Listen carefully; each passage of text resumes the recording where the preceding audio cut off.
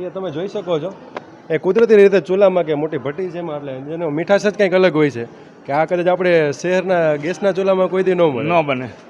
એટલે આની એક મીઠાશ જ કુદરતી છે કુદરતી અને ભગવાનનો પ્રસાદ છે હા. કે જેની અલગ જ મીઠાશ હોય. મીઠાશ હોય. અને આ મીઠાશ લેવા માટે તમારે રૂબરૂ પરબ આવડી આવવું પડે. આવવું પડે. આભાર. બીજે ક્યાંય બનતો નથી. હા હા અહીંયા જ બને છે. અહીંયા જ બને છે.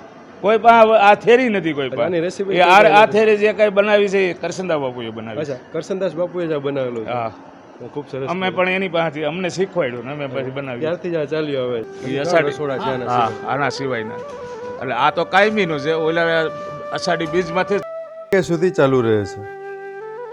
પરબધામે કદાચ 15 લાખની બદલે 1 કરોડ માણસો પ્રસાદ લેવા આવે તો પણ આજુબાજુના ગામના લોકો ખડે પગે ઊભા રહીને સેવા આપે છે.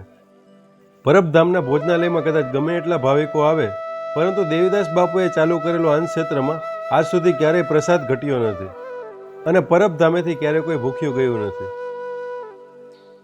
મિત્રો તમે જોઈ શકો છો અહીં ભોજન પ્રસાદ લીધા બાદ વિશાળ કુંડ આવેલા છે વાસણ ધોવા માટે. લગભગ 11 જેટલા કુંડ છે વિશાળ. આ સાદા પાણીનો કુંડ છે. સૌપ્રથમ પહેલાં વાસણ થાળી વાટકા અહીં ધોવાના હોય છે. ત્યારબાદ અહીં સોડા એટલે કે પાવડરવાળા પાણીનો આ કુંડ છે.